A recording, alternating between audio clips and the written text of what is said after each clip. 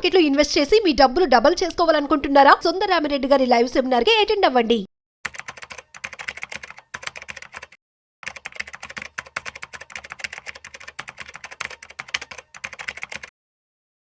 నమస్తే, నేను జీవి సత్యనారాయణ. ఈ ఎపిసోడ్లో క్రెడిట్ కార్డ్ ఏదైతే యూజ్ చేస్తామో దాని మినిమం డ్యూ ఉంటుంది. ఆ డ్యూస్ ఏంటియో క్రెడిట్ కార్డు గురించి కొంచెం దీంట్లో డీటెయిల్స్. అయితే ఎప్పుడైతే ఈ క్రెడిట్ కార్డు ఉంటుందో, ఇప్పుడు సాఫ్ట్వేర్ ఎంప్లాయీస్ కానీ bank employees any credit card గురించి తెలియని వాళ్ళు, లేని వాళ్ళు చాలా చాలా తక్కువ. అంటే ఏంటి, క్రెడిట్ కార్డు అనగానే ఏంటిది, జేబులో పైసలు ఉన్నట్టే. అంటే మన కాడ పైసలు లేకపోయినా పైసలు ఉన్నట్టు. అంటే ఇప్పుడు పాత రోజుల మాదిరి కావు. పాత రోజుల్లో మనకు పైసలు అవసరం అయితే ఎవరో చుట్టాలో ఫ్రెండ్సో లేకపోతే వడ్డీ ఇచ్చేటోళ్ళు ఉంటారు, వాళ్ళ దగ్గర పోయి తెచ్చుకునేది. ఇప్పుడు ఆ సిచ్యువేషన్ లేదు. ఇప్పుడు లేటెస్ట్ అయింది, అడ్వాన్స్ అయింది. ఒక క్రెడిట్ కార్డు కనుక్కుంటే మనకి క్షణాల్లో మనకి అప్పు వచ్చేస్తుంది.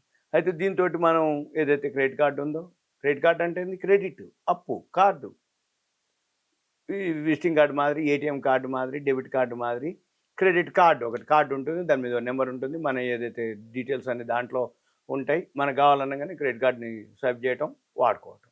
అయితే దాంతోపాటు మనకి ఏదైతే క్రెడిట్ కార్డు ఉందో దాంతో అన్ని వస్తువులు కావాల్సినవన్నీ మనం కొనుక్కోవటం, ఇవన్నీ కూడా క్షణాల్లో అయిపోతుంది. మనకాడ పైసలు లేకపోయినా జరుగుతుంది. క్రెడిట్ కార్డు చేతిలో ఉంటే చాలు. ఇది మామూలుగా ఇప్పుడు జరుగుతున్నటువంటి బిజినెస్. అయితే దీంతో ఏంటిది, మన ఇష్టం, కావాల్సినంత షాపింగ్ చేయవచ్చు. ఇంతవరకు బాగానే ఉంది అనమాట. అంటే షాపింగ్ మన ఇష్టం, ఎందుకంటే క్రెడిట్ కార్డు ఉంది, ఇక దాని లిమిట్ ఉంటుంది కాబట్టి ఓకే. కానీ మరి క్రెడిట్ కార్డు తీసుకున్నాక అయిన తర్వాత మరి బిల్లు పరిస్థితి ఏందో చూద్దాం. ఒకవేళ డబ్బులు ఉన్నా మనం క్రెడిట్ కార్డు కనుక వినియోగించి మనం బిల్లు వచ్చినాకైనా కట్టడం ఒక పద్ధతి. కొంతమంది ఏం చేస్తారు, జేబులో పైసలున్నా, మన బ్యాంక్ అకౌంట్లో పైసలున్నా, డెబిట్ కార్డు ఉన్నా, ఏటీఎం కార్డు ఉన్నా దాన్ని పక్క పెట్టి క్రెడిట్ కార్డు వాడతారు. ఎందుకు వాడతారు, ఈ లోపల పైసలు అవసరమైతే దీన్ని వాడుకోవచ్చు, లేదు అప్పటికల్లా టైం ఉంటుంది కాబట్టి ఈ లోపల ఏదైనా ఉంటే దీన్ని తిప్పుకోవచ్చు, అప్పటికల్లా మనం దీన్ని పే చేయొచ్చు అని అనుకుంటారు. కాబట్టి అట్లా జరుగుతుంది. ఇక కొంతమందికి అవసరమయ్యి, అంటే పైసలు లేకుండా క్రెడిట్ కార్డునే వాడుకునే వాళ్ళు కొద్దిమంది. ఇక తర్వాత బిల్లు వచ్చినాక పైసలు కట్టడం ఒక పద్ధతి. అయితే బిల్లు వచ్చిన తర్వాత మనము ఇక క్రెడిట్ కార్డు వాడిన తర్వాత ఇప్పుడు బిల్లు వచ్చిన తర్వాత ఏమవుతుంది, అమౌంట్ మన దగ్గర అప్పటికి అడ్జస్ట్మెంట్ కాకనో, పైసలు లేకనో, రాకనో, వస్తాయని అనుకునే లేట్ అవ్వటమో, ఇవన్నీ జరిగినప్పుడు ఏమవుతుందంటే అప్పుడు ఏంటంటే సింపుల్గా వాళ్ళు ఏం చేస్తారంటే మినిమం బిల్ అని ఉంటుంది. ఏది, ఏ క్రెడిట్ కార్డు ఏదైతే మనం యూజ్ చేస్తామో దాని మీద మినిమం బిల్లు పే చేస్తారు. అంటే ఎంతైతే కట్టవలసిందో ఆ కట్టవలసిన దాంట్లో మినిమం కనుక చూపిస్తుంది మీకు మినిమం అని, ఆ చూపించగానే ఆ మినిమం కనుక కట్టేస్తే ఆ ట్రిప్ వరకు ఓకే. ఇక మనము మినిమం కట్టడం వల్ల ఏంటిదో చూద్దాం. ఎప్పుడైతే క్రెడిట్ కార్డు మనం యూజ్ చేస్తామో దాంట్లో ఈ పేమెంట్లో 3 రకాల ఆప్షన్స్ ఉంటాయి. ఈ 3 రకాల ఆప్షన్స్ ఏంటి, ఒకటి మినిమం అమౌంట్ ఒకటి, టోటల్ అమౌంట్ ఒకటి, అదర్ అమౌంట్ అని ఒకటి, 3 ఉంటాయి. మినిమం అమౌంట్ అంటే మనం ఇవ్వాల్సిన దాంట్లో, మనం చేయవలసిన దాంట్లో మినిమం పే చేస్తే ఒకటి, లేదు పూర్తి మొత్తం అంటే ఇది ఏదైతే మొత్తం యూజ్ చేసుకున్నామో టోటల్ అమౌంట్ని పే చేయటం ఒక పద్ధతి. ఇక మూడోది ఏంటిది, దాంట్లో అదర్ అమౌంట్ అని ఇంకోటి ఉంటుంది. అయితే ఇవన్నీ కనుక ఎప్పటికప్పుడు మనం పూర్తి కానీ అదర్ అమౌంట్ కానీ అన్ని కనుక చేసినాం అనుకో, ఇక ప్రాబ్లం ఏం లేదు. అయితే ఇలా కాకుండా వీళ్ళు ఏం చేస్తారు, క్రెడిట్ కార్డు వాడుకొని మినిమం అమౌంట్ కట్టి, అంటే మొత్తం కట్టకుండా కొంత మొత్తమే కట్టేదాన్ని మినిమం అమౌంట్ అంటాం. ఈ కొంత మొత్తమే కట్టి మినిమం డ్యూ అంటారు అనమాట. అయితే మినిమం పేమెంట్ చేసి ఆ మినిమం డ్యూ కట్టేసి ఊకుంటారు. అప్పుడు ఇవన్నీ కూడా బ్యాంకులు, మనం బ్యాంక్ అయితే బ్యాంకులు, ఎన్బిఎఫ్సిలు అంటే నాన్ బ్యాంకింగ్ ఫైనాన్స్ కంపెనీలు ఉంటాయి. 500 పైన ఉన్నాయి. ఆ 500 కంపెనీలు ఏవైతే ఉన్నాయో నీ క్రెడిట్ స్కోర్ని, ఇది బాగా గమనించాలి, క్రెడిట్ స్కోర్ని చూసి మీకు ఎలిజిబిలిటీని బట్టి, మీ పే స్లిప్ని బట్టి, మీ శాలరీని బట్టి మీకు ఆ క్రెడిట్ కార్డు ఫెసిలిటీస్ ఉంటాయి. క్రెడిట్ కార్డు అమౌంట్ లిమిట్స్ ఉంటాయి. మీరు ఏదైతే ఇవన్నీ చేస్తూ ఉంటే మీకు అవి వాళ్ళు ఇవ్వటం జరుగుతుంది. బ్యాంక్స్, మన బ్యాంక్ అకౌంట్ ఉంది, పే స్లిప్ తోటి అవి ఇవ్వటం, లేదు ఎన్బిఎఫ్సిలు, ఇవన్నీ క్రెడిట్ స్కోర్. అయితే చాలా వరకు ఏం చేస్తాయంటే బ్యాంకులు మొత్తం బిల్లులో 5% పే చేయాలన్నట్టు. టోటల్ అమౌంట్ ఏదైతే ఉందో దాంట్లో 5% పే చేస్తే దీన్ని ఏమంటారంటే మినిమం అమౌంట్ అంటారు. మినిమం కనుక అమౌంట్ పే చేస్తే ఆ 5% వీళ్ళు ఏమనుకుంటారంటే ఇంకా ఏం కాదులే, మనం పైసలు కట్టట్లేదులే కదా, మినిమం అమౌంట్ కడుతున్నాం, మన అన్నీ బాగానే ఉన్నాయి అనుకుంటారు. కాదు, వడ్డీ పడుతుంది. అంటే ఏదైతే నువ్వు కడుతున్నావో అప్పటికి ఫుల్ అమౌంట్ పే చేయాలి. కానీ నీకు ఫెసిలిటీ ఏముంది, మినిమం అమౌంట్ తోటి టైం పోస్ట్పోన్ చేసుకోవచ్చు. ఇంకొక నెల ఏదైతే మళ్ళీ క్రెడిట్ కార్డు ఏదైతే అప్పటి వరకు ఉందో అప్పటి వరకు పోస్ట్పోన్ అయ్యింది. కానీ వడ్డీ మాత్రం పడుతుంది, అది గమనించాలి. ఈ వడ్డీ ఏదైతే పడుతుందో దీనివల్ల ఏమవుతుంది, పెనాల్టీలు కానీ, అంటే వడ్డీ తక్కువ పడుతుంది, పెనాల్టీలు కానీ లేట్ ఫీజులు కానీ ఇటువంటివి ఉన్నాయి అనుకోండి, నువ్వు అసలు మినిమం కూడా కట్టకపోతే అవి పడతాయి.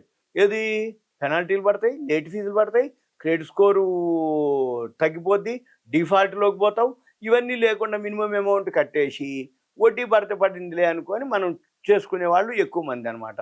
అందుకని వడ్డీ వాళ్ళు కడతారు. ఎందుకంటే మనం ఏదైతే మినిమం డ్యూనే కట్టాం కాబట్టి, మరి మిగిలింది కట్టలేదు కాబట్టి దాని మీద వడ్డీ పడుతుంది. మనం ఏం చూడాలి, మినిమం అమౌంట్ కట్టడం వల్ల బెనిఫిటే. ఎందుకంటే ఈ పెనాల్టీలు లేట్ ఫీజులు ఇంకెక్కువ అవుతాయి, మళ్ళీ క్రెడిట్ స్కోర్ పడిపోద్ది, మళ్ళీ తర్వాత నీకు అప్పు పుట్టదు క్రెడిట్ స్కోరు. అందుకని ఎక్కువ శాతం మినిమం డ్యూ కట్టేసి చేస్తారు. ఇక తర్వాత సపోజ్ ఇప్పుడు క్రెడిట్ కార్డు మీద ఒక అతను ఎక్సో వైయో ఒక 20,000 పెట్టి వాడిండి అనుకుందాం. ఆయన మేలో తీసుకుంటే జూన్లో పే చేయాలి. ఈ జూన్లో పే చేయడానికి అప్పుడు సపోజ్ ఆయన దగ్గర అమౌంట్ లేదనుకోండి, మినిమం అమౌంట్ కట్టేసి ఆ టైం వరకు జూన్ వరకు ఓకే. అయితే అప్పుడేంది, ఒక 20,000 అనుకుంటే ఒక 1,000 రూపాయలు కట్టేస్తే ఆయనది రన్నింగ్లో ఉంటుంది, అకౌంట్ రన్నింగ్లో ఉంటుంది, పెనాల్టీలు అవన్నీ ఏం పడవు. అయితే మళ్ళీ ఏం చేయాలి, ఎప్పుడైతే జూన్ మంత్ది పే చేయలేదో ఇప్పుడు నెక్స్ట్ మళ్ళీ రీపేమెంట్, మళ్ళీ పేమెంట్ ఉంటుంది కదా, మళ్ళీ ఆ పేమెంట్కి ఏం చేయాలి, ఈ 20,000లో 1000 పోతే 19,000 కట్టాలి. ఈ 19,000తో పాటు ఇప్పుడు ఈ కట్టవలసిన 19,000కి అప్పటి వరకు టైం ఏదైతుందో మళ్ళీ వడ్డీ కలుపుతారు, మళ్ళీ ఆ వడ్డీ కలపాలి, ఆ వడ్డీ కూడా కట్టాల్సిందే. సపోజ్ ఈ మంత్ లోపల ఈ కట్టక ముందే ఇంకేదో నేను షాపింగ్ చేసిండు అనుకో, మళ్ళీ అది కూడా కట్టాలి, అన్ని కలిపి పే చేయాల్సి ఉంటుంది అనమాట. అయితే మనం ఏం చేయాలిగా, ఎవరైతే ఈ మినిమం కడతాడో, ఈ మినిమం కట్టడం వల్ల ఏమవుతుంది, ముందు ఈ వడ్డీలు పెనాల్టీలు పడవు, ఈ పెద్ద మొత్తంలో ఏదైతే కట్టాలనుకుంటో ఆ భారం తగ్గుద్ది, ఎందుకంటే టైం వస్తుంది కాబట్టి. మళ్ళీ రెండోది ఏంది, ఈయన అకౌంట్ రెగ్యులర్గా ఉంటుంది, అంటే మినిమం అమౌంట్ కడుతుంది కదా, రెగ్యులర్ ఉంటుంది. అయితే బ్యాంక్ ఏంది, డిఫాల్ట్గా ఏముండదు, మామూలు రెగ్యులర్గా మామూలుగానే ఉంటుంది. అంటే డిఫాల్ట్ కింద ఏంది అంటే క్రెడిట్ స్కోర్ పడిపోవటాలు అవన్నీ ఉండవు, ఏది మినిమం డ్యూ కట్టడం వల్ల. రెండోది ఏంటి, ఇప్పుడు మనం కొంత పేమెంట్ చేస్తే లేట్ ఫీల్ అవి కూడా ఏమీ కలెక్ట్ చేయవు. తర్వాత ఈ డిఫాల్ట్ కాదనమాట, మామూలుగానే నువ్వు రెగ్యులర్ కిందకే ఉంటుంది, డిఫాల్ట్ అనేది ఏం కాదు. దానివల్ల ఏమవుతుంది, నీ క్రెడిట్ స్కోర్ అలానే ఉంటుంది అనమాట.